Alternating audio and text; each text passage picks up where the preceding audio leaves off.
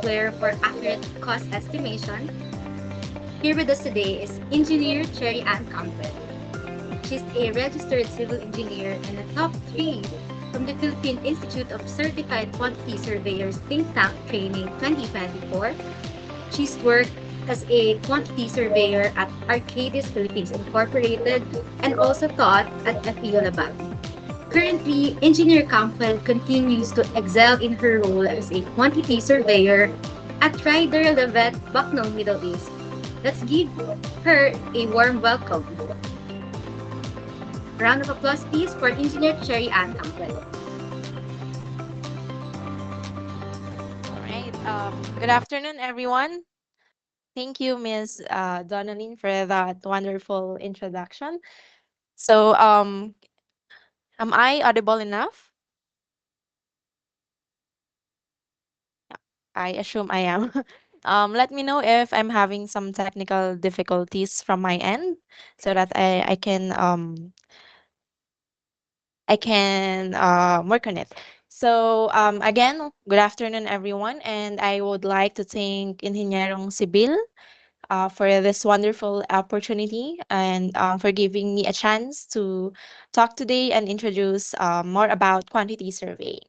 So let me start by sharing my screen. But while I am sharing, can I see a raise of hands? Kung sino na dito ang mga nakapag-take na ng quantity survey subject? Meron na ba? Alright, so I see some raise of hands. So that's good because today we'll be having an overview of what quantity surveying is, and I hope we can all relate somehow. And I am hoping also that you can learn a thing or two from this presentation. All right. So again, our topic for today is maximizing efficiency in quantity surveying. What are the current advances and techniques that we use in cost estimation? So once again, I am Cherry Ann Campbell. You can call me Cherry for short. I am a quantity surveyor and I am a licensed civil engineer in the Philippines. I graduated from UE Manila batch 2018 as cum laude, and from there I took my board exam last November 2018. And right after, I started my professional journey as a quantity surveyor at Metro Stonebridge Corporation. So if you're not yet aware of this company, this is a general contractor company wherein I worked for 8 months. After that, wanted to grow. I wanted to have a career growth. So that's why I transferred to Arcadis Philippines Incorporation. So for if any of you doesn't know yet what Arcadis is, so Arcadis is an international company, and in the Philippines it has two branches. One is the Arcadis Philippines and one is the Arcadis GEC. Wherein in Arcadis GEC, their projects are mostly international projects in the UK, in Hong Kong. So basically, they are outsourced their work in the Philippines. And I worked for Arcadis Philippines, wherein most projects are local projects. And I stayed there for 4 years. At the same time, last 2022, I think, I started to teach at FEU Alabang and as a part-time instructor. And I taught there for 1 year alongside with Engineer Joshua, the founder of Ingenieros Sibil. So, and after that, I started to look for some freelance work because as you are all aware, freelance work is a trend right now in the Philippines, right? Because aside from the pay, the more competitive pay compared to the local companies, freelance jobs gives you time freedom. Yeah, because in most freelance works, they allow you to work on at your convenience. So I worked there for 2 months, And I enjoyed it actually because my client was from the US.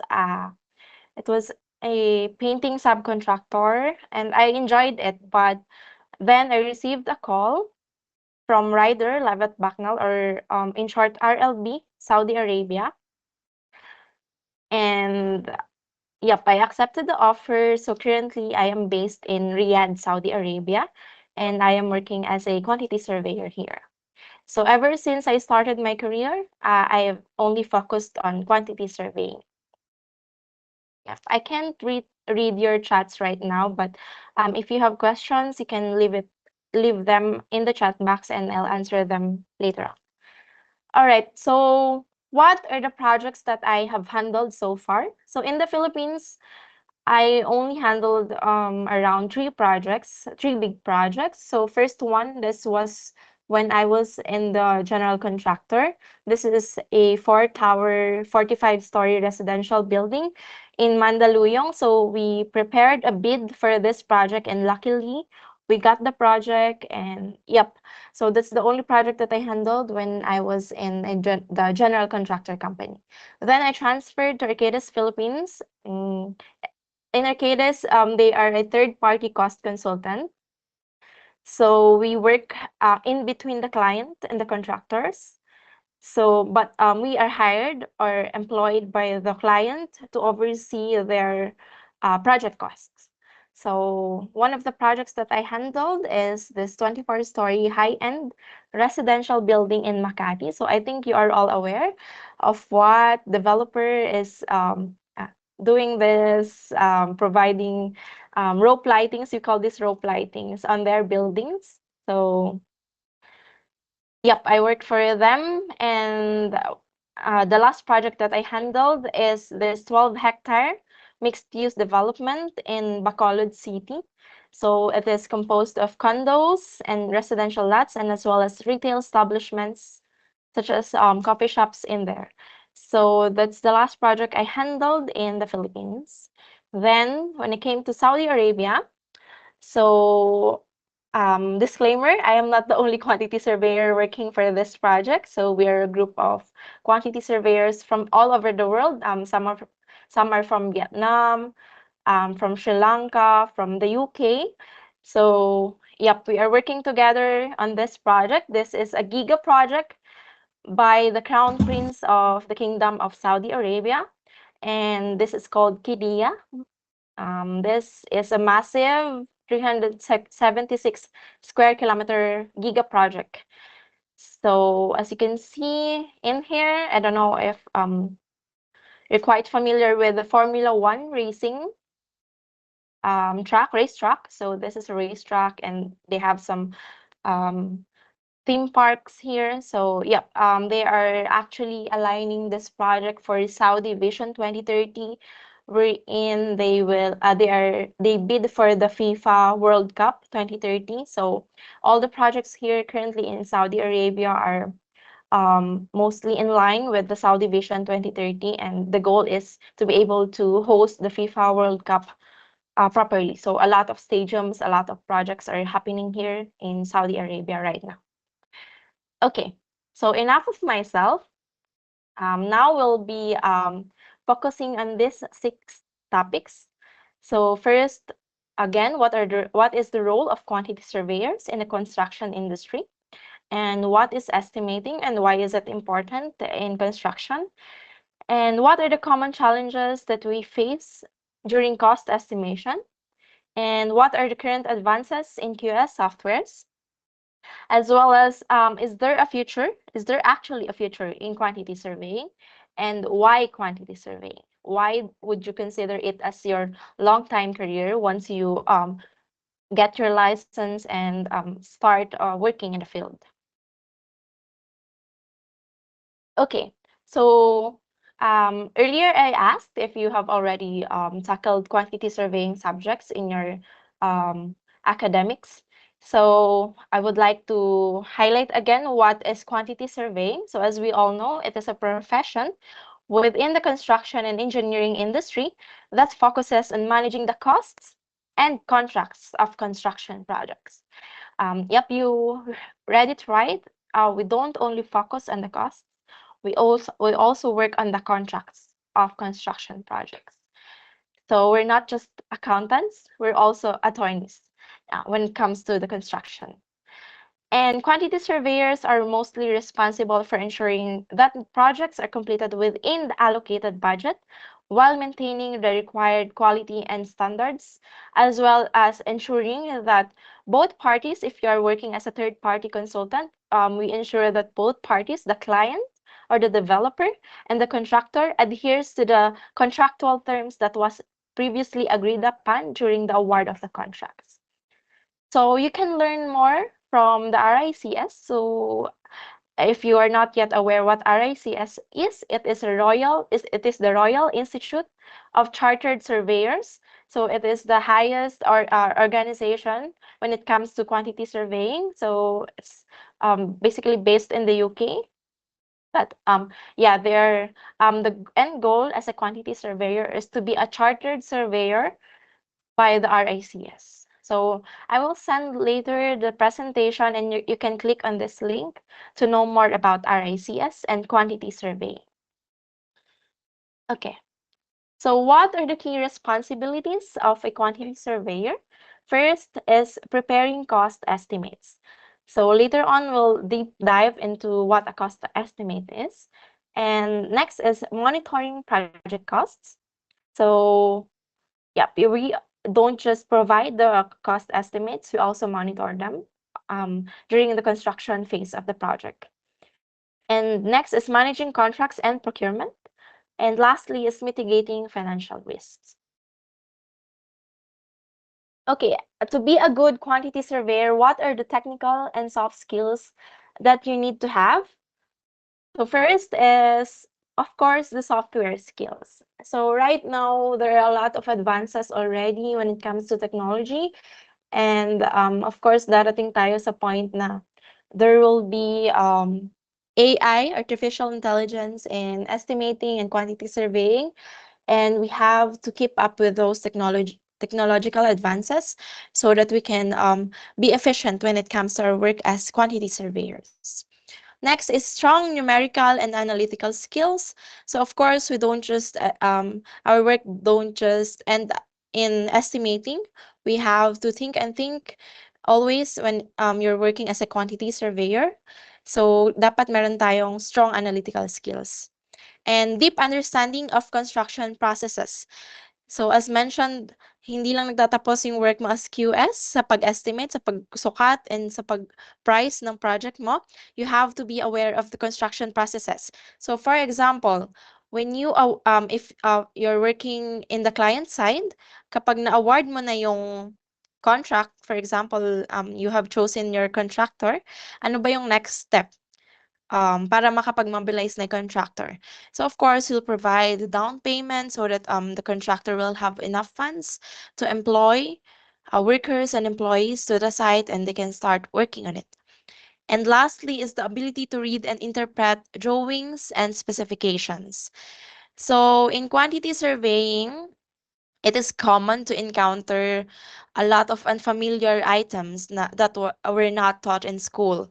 So, kailangan magaling tayong mag-research kung ano ba tong item na to because um, some of us that, for example, we don't have design experience before we worked as a quantity surveyor. Talagang fresh grad ka, nag-work as quantity surveyor and madaming items tayong hindi alam pero nasa drawings yon.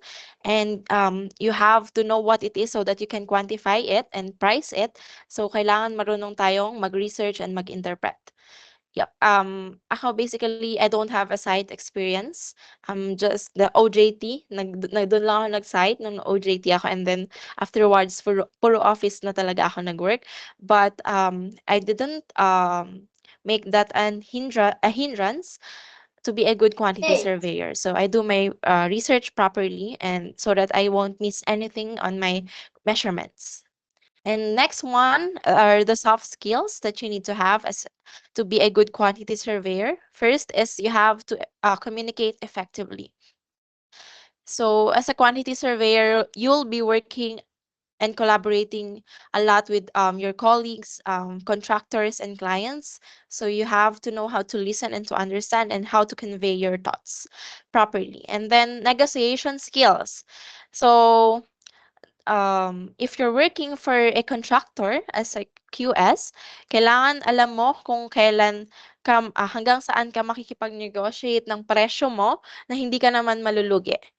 And if you're on the client side, kailangan marunong ka mag-negotiate wherein the contractor won't hindi ma-hurt yung finances ng contractor as well as your client. So you have to know how to negotiate a win-win situation for both sides.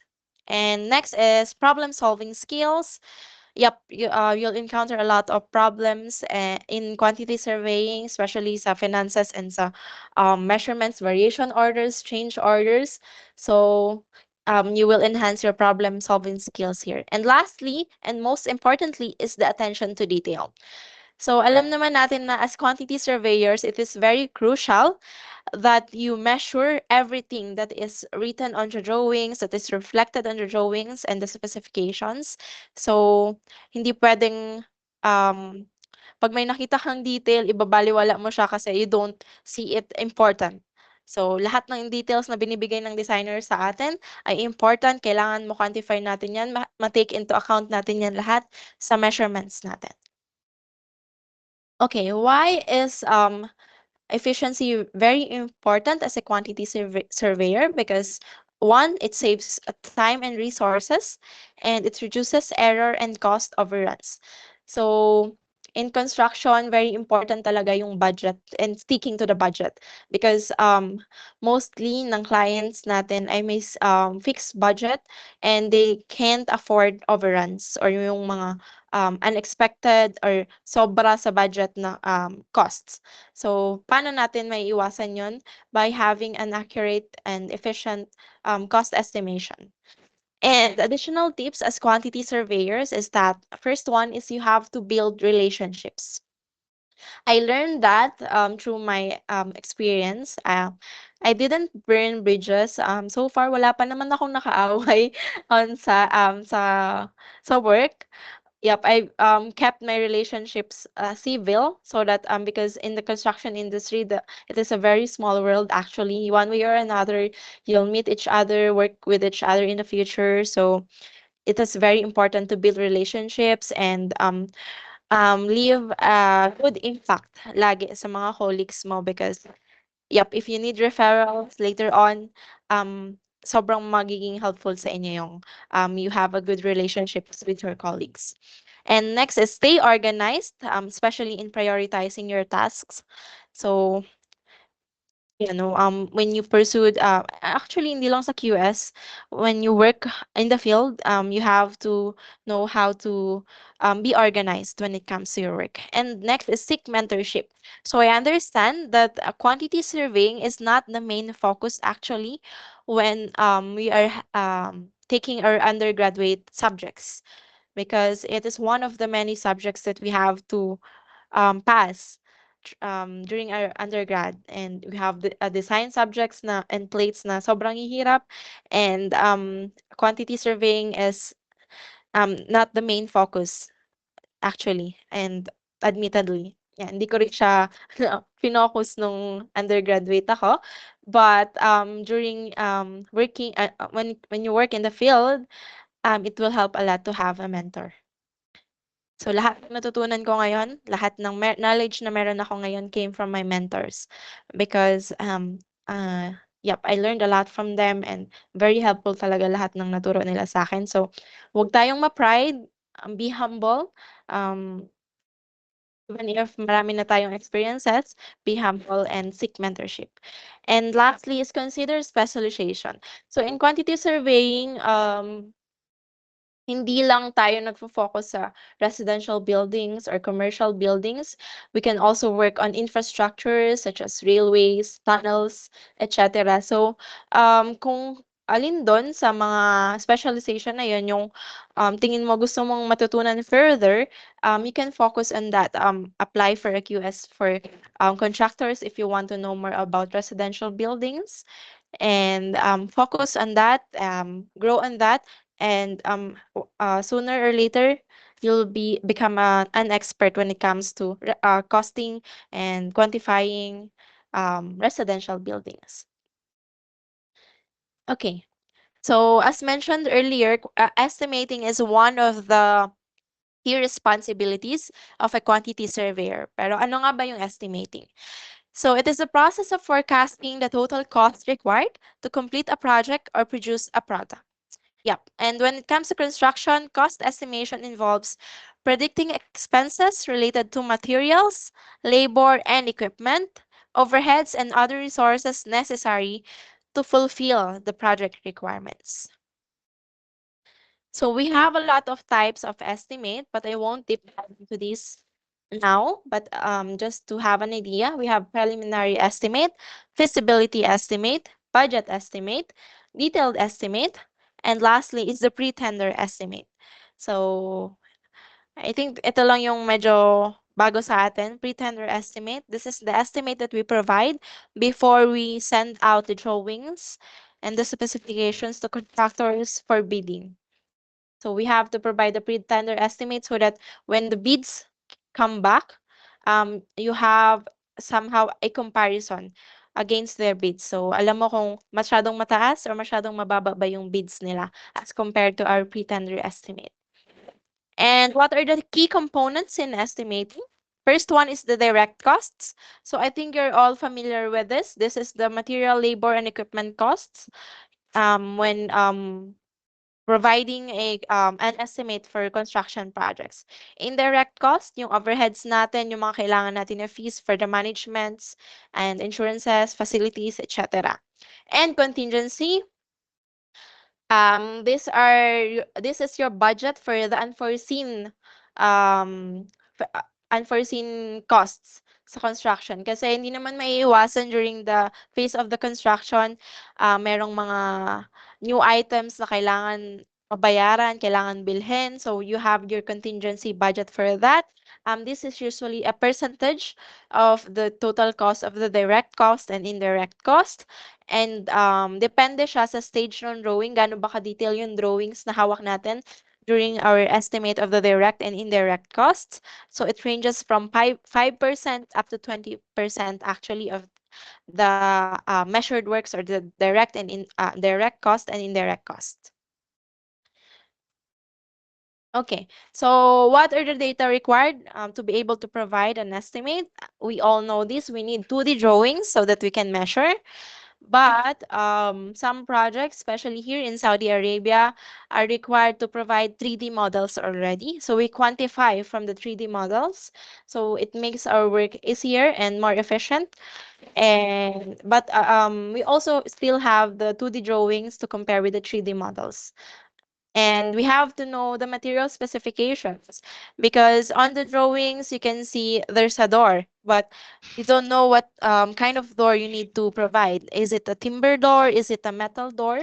It is a glass door. So you need to have your material specifications kasi iba-iba po yung presyo ng mga materials natin depending on the specifications, of course. So yeah, when you have this, you can come up with a cost estimate already.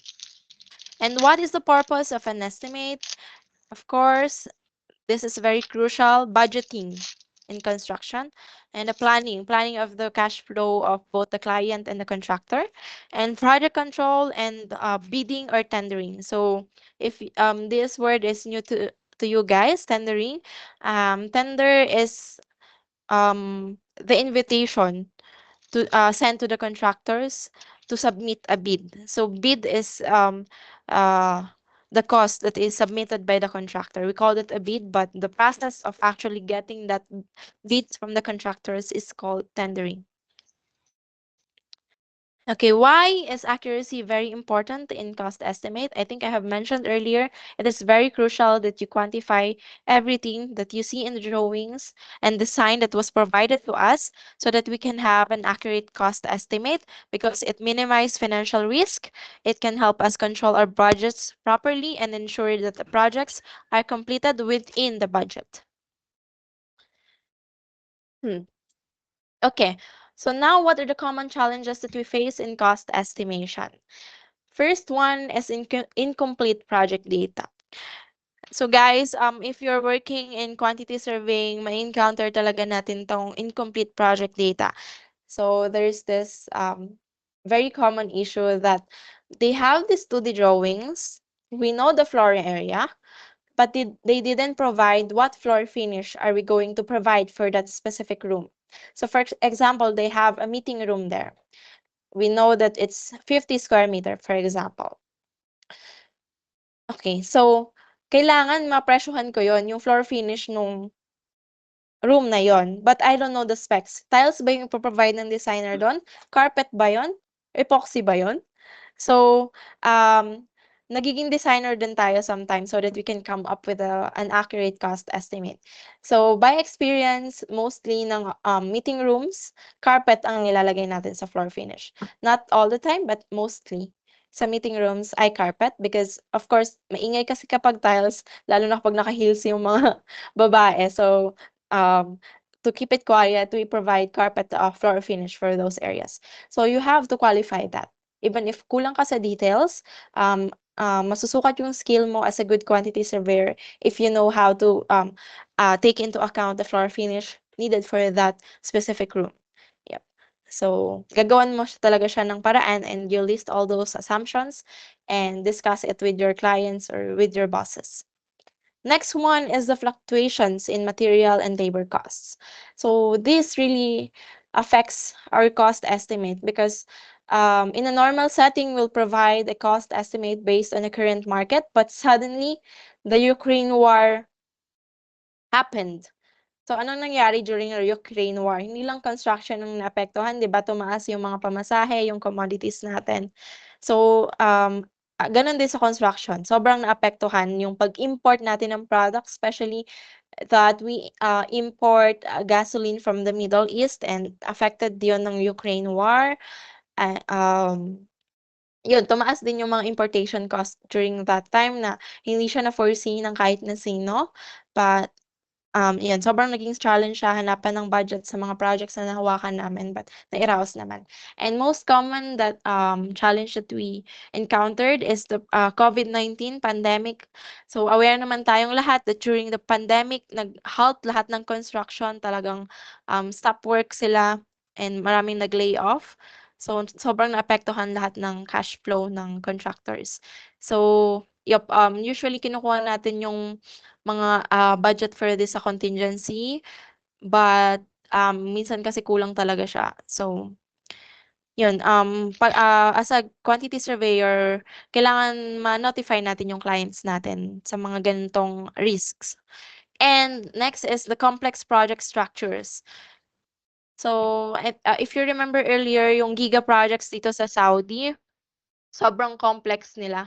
Sobrang lalaki and sobrang new sa paningin naming lahat. So, as a quantity surveyor, sabi ko nga dapat magaling tayong mag-aral ng mga details because nandun naman lahat, complex lang talaga and kailangan lang aralin. And next is time constraints. So, especially if you work for a client, sobrang tight ng deadlines, but you have to provide a cost estimate, for example, in just 2 weeks. So, mahirap yon, but if you work efficiently, you can always work on that naman. This is just the table showing the movement in the construction industry in the Philippines during the pre-COVID and during the COVID. So the construction output pre-COVID is 123.5 billion, but during the COVID-19, it dropped down to 98.2 billion. And yung employment, sobrang bumaba, nag-down to 50, almost 50%. Yeah. And if you want to know more about this is from researchgate.net. Okay, so what are the current advances in QS softwares? So, let me know in the chat box kung meron na kayong mga software na nagamit from these 5. So, first one is the CostX, Bluebeam Revu, PlanSwift, Assemble, this is by Autodesk, and the Glodon Cubicast. So I'll check later if any one of you already used one of these softwares. So if not, let's just have an overview kung ano tong, ayan, I see Bluebeam and PlanSwift. Now that's very good. Okay, so ano nga ba yung cost X? This is not very common, I think, in the Philippines because the license is actually pricey. So even in Arcades, the license is limited for this cost X. So this software, this is the interface. Actually, para magkakamukha lang naman sila. Merong area, line, distance, um, ribbons dito, and yep, you can measure from the plans that you have. But in CostX, you can import CAD drawings and I think also PDF drawings. But the catch is you can measure 3D drawings from CostX.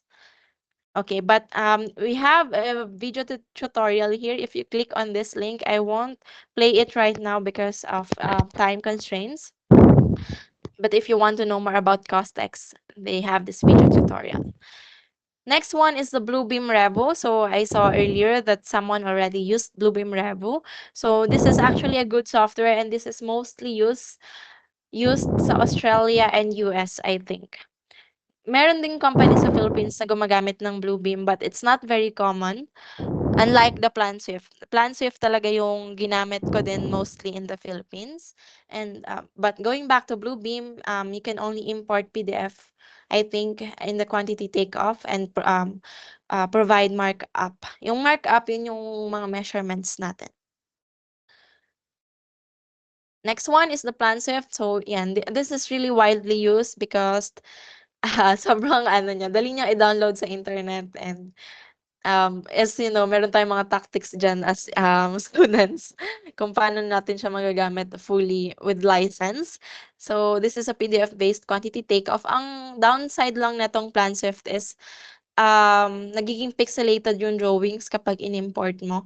But still, it is very user-friendly and sobrang dali lang talaga gamitin for estimate netong PlanSwift. Next one is Assemble. So I think this is very new to you because I only encountered this when I worked abroad. Assemble by Autodesk. Yep.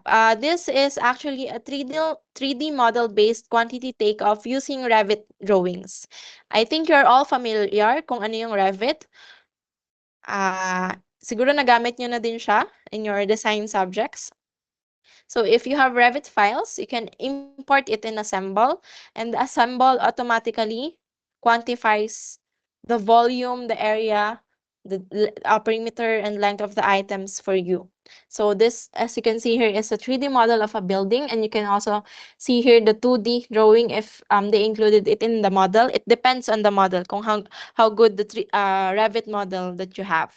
So maka-quantify siya dito. Medyo malabo lang, pero lumalabas dito lahat ng volume, perimeter, ano yung structural na material na kailangan sa kanya, concrete ba yun, steel ba yun.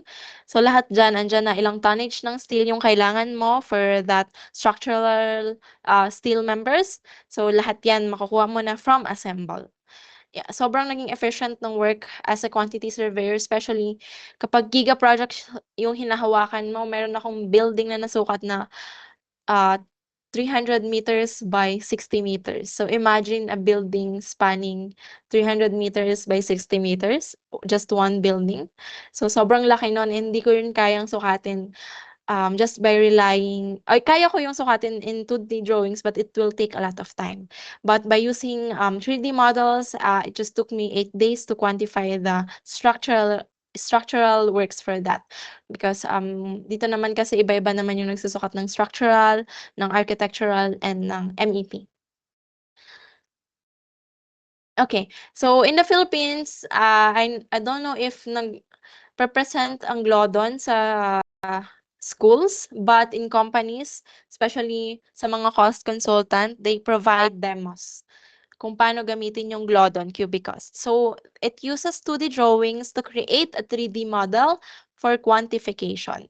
So, basically, in Glodon, you have a 2D drawing, you will import it, and you will model it para maging ganito siya, para maging 3D siya.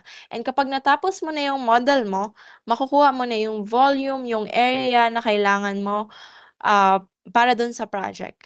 So, mas madali siya and mas kumbaga mas natutulungan tayong i-visualize yung project by being able to have a 3D model nung 2D galing sa 2D drawings. But they also have a license fee. So I understand that it's not very common to use, especially if you're a student. And I hope they also provide demos for students. Glodon Cubicos, meron silang software for architectural and for the rebar reinforcement and the MEP works. So, magkakaiba yung software nila doon. You can search on LinkedIn, um, Glodon Cubicos. They provide free training, especially kapag nasa field na kayo, you can join their trainings. And bibigyan nila kayo ng trial softwares and magagamit nyo siya. Meron din siyang parang practice project para magkaroon kayo ng certificate sa Glodon. Meron ng mga off company sa Philippines na gumagamit ng Glodon. In our case, yung GEC, International Projects, working for Hong Kong, they are using Glodon Cubicost. Okay, so that's the common softwares. There are a lot of softwares actually that we use in quantity surveying, but so far these are the softwares that I have encountered in my career. So what are the benefits of having this software tools? Of course, automation, mas madali natin mas madali, mas natutulungan tayong mag-quantify ng mga measurements so that mag-focus na lang tayo sa pricing and all natin nung estimate natin. And next is accuracy, especially if you're using 3D models, mas accurate talaga siya compared to 2D, but you have to do your due diligence because may mga model na hindi properly scaled, hindi properly modeled. So, dun papasok pa rin yung human skills natin as quantity surveyors. And next one is collaboration. Because if you're using right now mga cloud-based softwares, it is easier to collaborate with the designers and with the contractors. And data management, and of course, lastly, visualization. Because hindi naman lahat is may imagine natin from the 2D drawings, sobrang helpful kapag meron tayong 3D models din. Okay. So it is a common question actually. Is there actually a future in quantity surveying? So one thing that I learned um, in my career is that in every construction project, they need a very good quantity surveyor because the budget relies on how good your cost manager or quantity surveyor is. So if the construction industry will continue to grow and evolve, so too will the role of quantity surveying. So the more na lumalago yung global construction, di lang sa Philippines, mas in demand yung pagiging quantity surveyor for sure. And this will likely involve more emphasis on digital and software solutions. So it is your advantage as Gen Zs, actually, that you are very tech savvy. So mas madali kayong makakapag-adjust sa mga advances in technologies and mas mabebenta nyo yung sarili nyo when it comes to the field. And additionally, with an increased emphasis on sustainability and green building practices, quantity surveyors will need to be knowledgeable about the latest energy efficient materials and technologies. So currently, ang mga new constructions po kailangan sustainable na and uh, in accordance na sa mga green building policies natin. So I think we have the BERDE in the Philippines. This is an organization focusing on the sustainability of the buildings that we are currently constructing. Kasi we have this Net Zero 2030. I don't know if you have heard it, but globally, they have this initiative that by 2030, kailangan ma-reduce na yung mga carbon emissions natin. And construction is actually one of the main contributors when it comes to uh, carbon emissions. Okay, so this is a study from Business Research company.com. So this is actually the projection of how the global construction will evolve in the next few years. So as you can see, it is a rising trend. So yep, hopefully more demands for quantity surveyors actually. Okay, last topic is why quantity surveying. So during my career, I have been asked a lot of times. So if I will go back in my career, pipiliin ko pa rin ba yung quantity surveying? So admittedly, there are times that no, I'll choose IT or software engineering, something like that.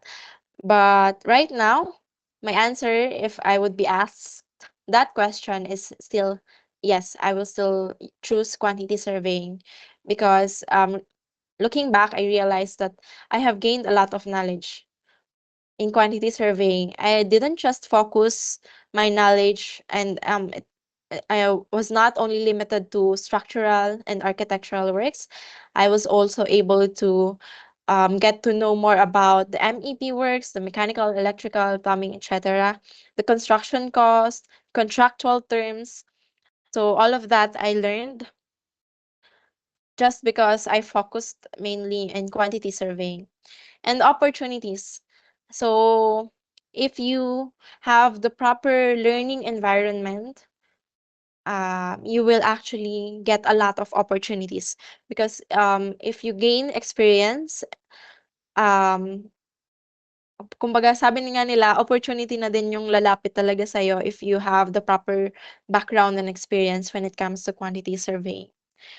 Yeah, engineer, ano ba yung opportunities na meron sa QS?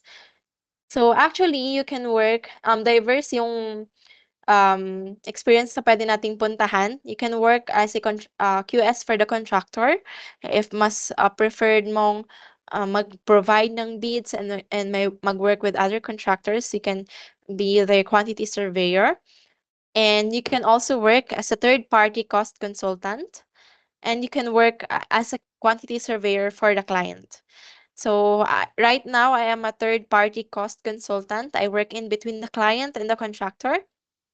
So very diverse yan because I get to learn about the perspective of the client and the contractor, and I know where to stand in between them. I know where to help them meet in between, and so that both parties will have a win-win situation.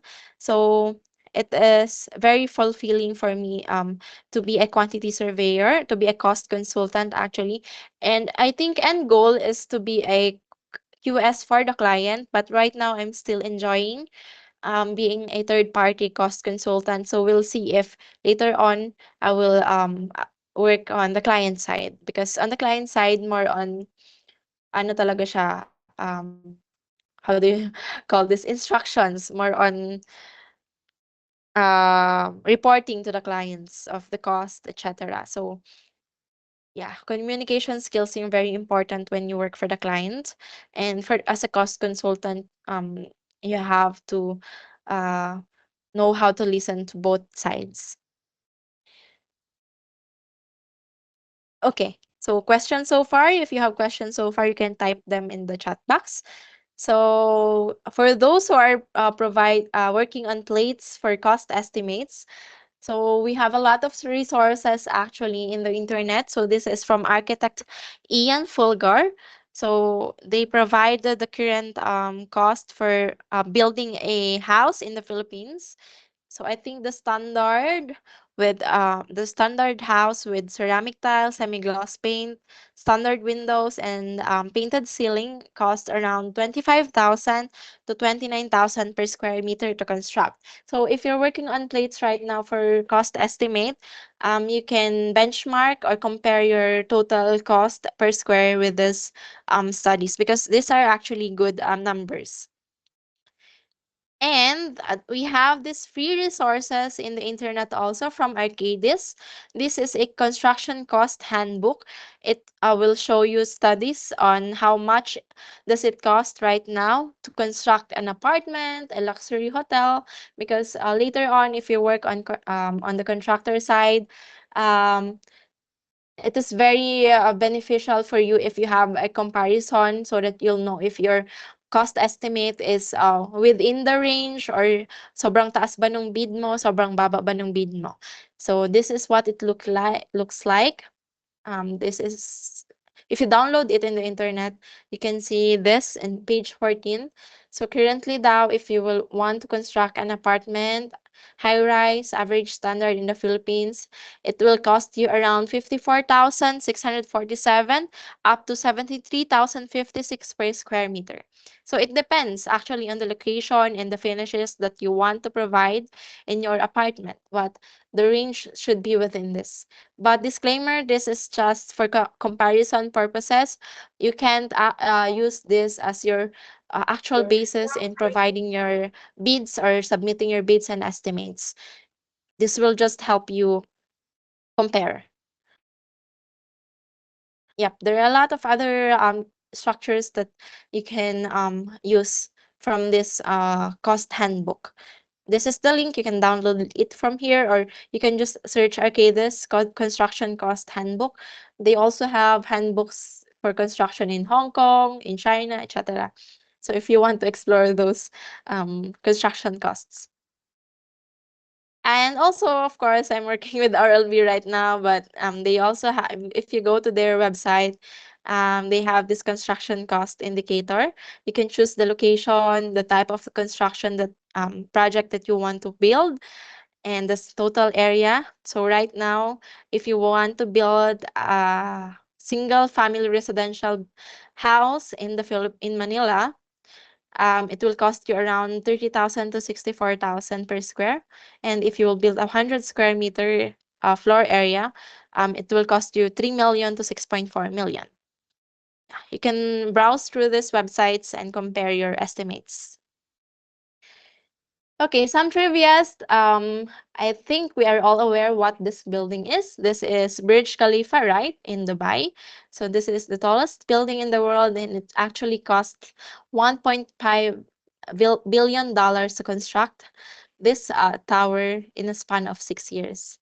And ngayon ko lang din nalaman, but it has 57 elevators, 8 escalators, and 2,909 stairs. So that is very massive, 2,909 stairs. Okay. So, as a quantity surveyor, lagi tayong maki-curious sa mga ganitong aspects ng construction. Kano kaya yun? Ilang taon kaya yun ginawa? So, more on, ang focus din talaga sa quantity surveying is costs and measurements. Okay, and for those of you who are not yet aware, we have an organization in the Philippines for quantity surveyors. It is called PICQS, or Philippine Institute of Certified Quantity Surveyors.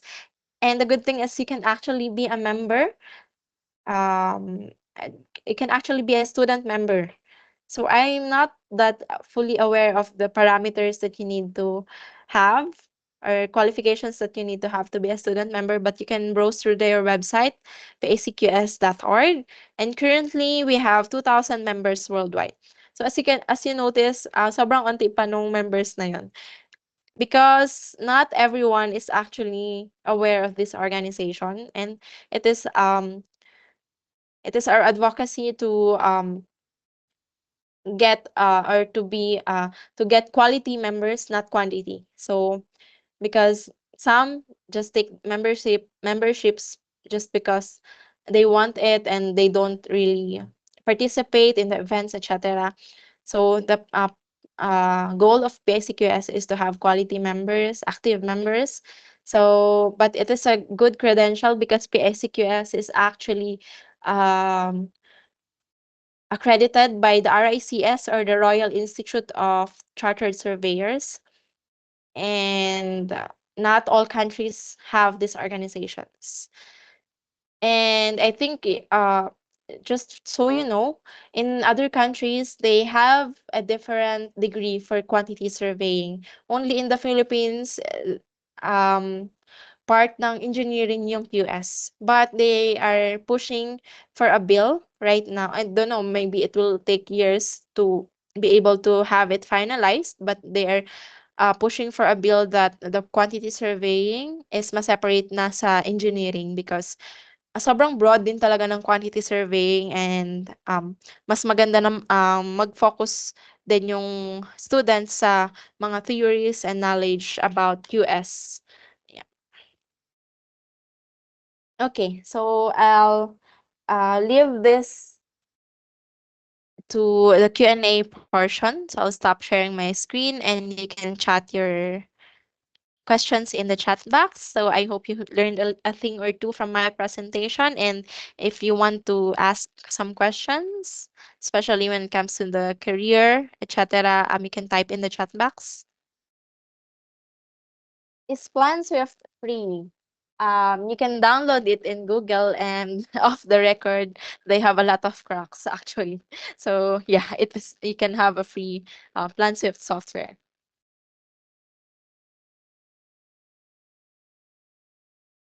Okay, there's this question. May I ask how can we apply as quantity surveyor? Are there any examinations or trainings that we must undergo?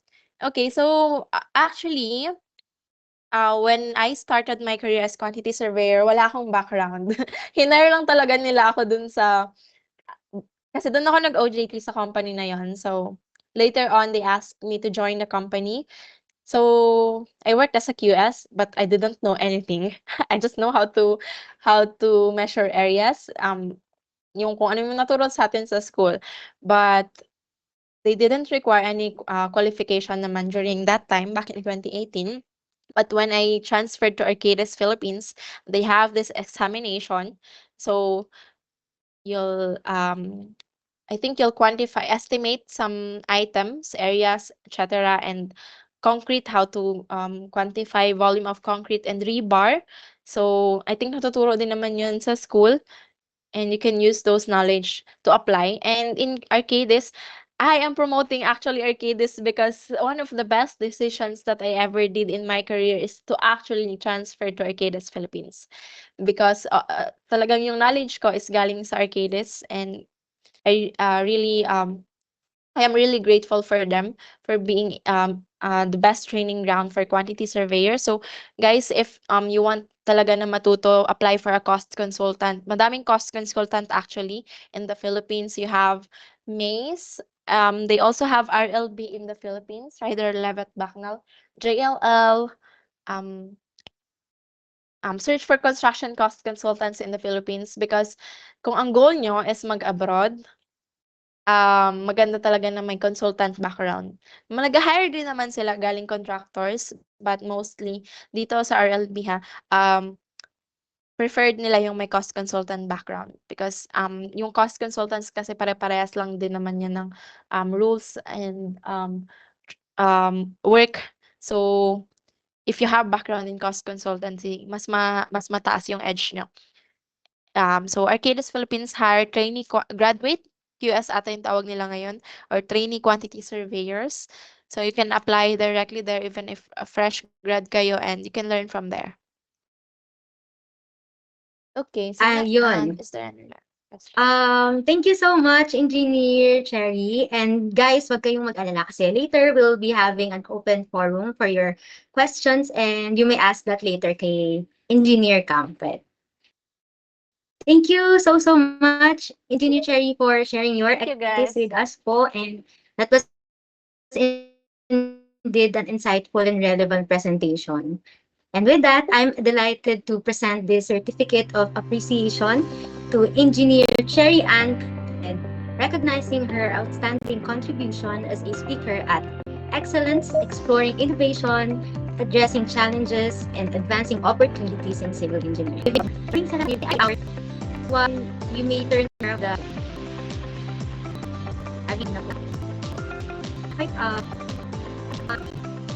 thank you so much, Boy. And fill out the to the link you sent and answer. For next part, at this moment, the tip of each center, we sharing in the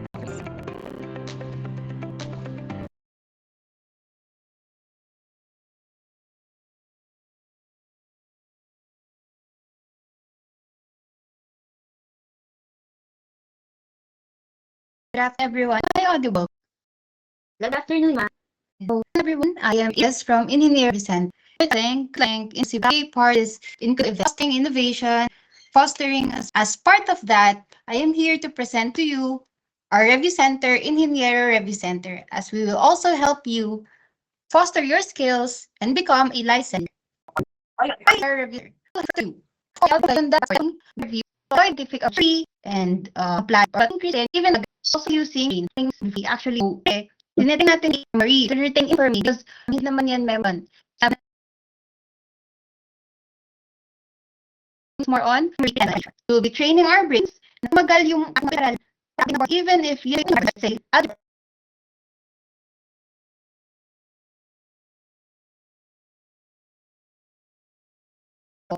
or when the latest yung pinag-aral siya ganun practice tatagyan sa atin our brain to retain information such as yours truly. We have top-notchers, we have quizzers. But most importantly, mayroon po kaming mga instructors who are just like us. So, na tawag nila average student lang. Kasi sa average student, mas napapaintindi nila even the hardest topics, the most complex theories, napapaintindi nila sa sarili nila. So kung kaya nilang i-disintegrate yung mga information natin to bite-sized pieces, kaya nila ituro sa mga estudyante nating sabihin na nating makasunod gaya ng ibang top-notchers, Latin. So we do that because we are student-centric.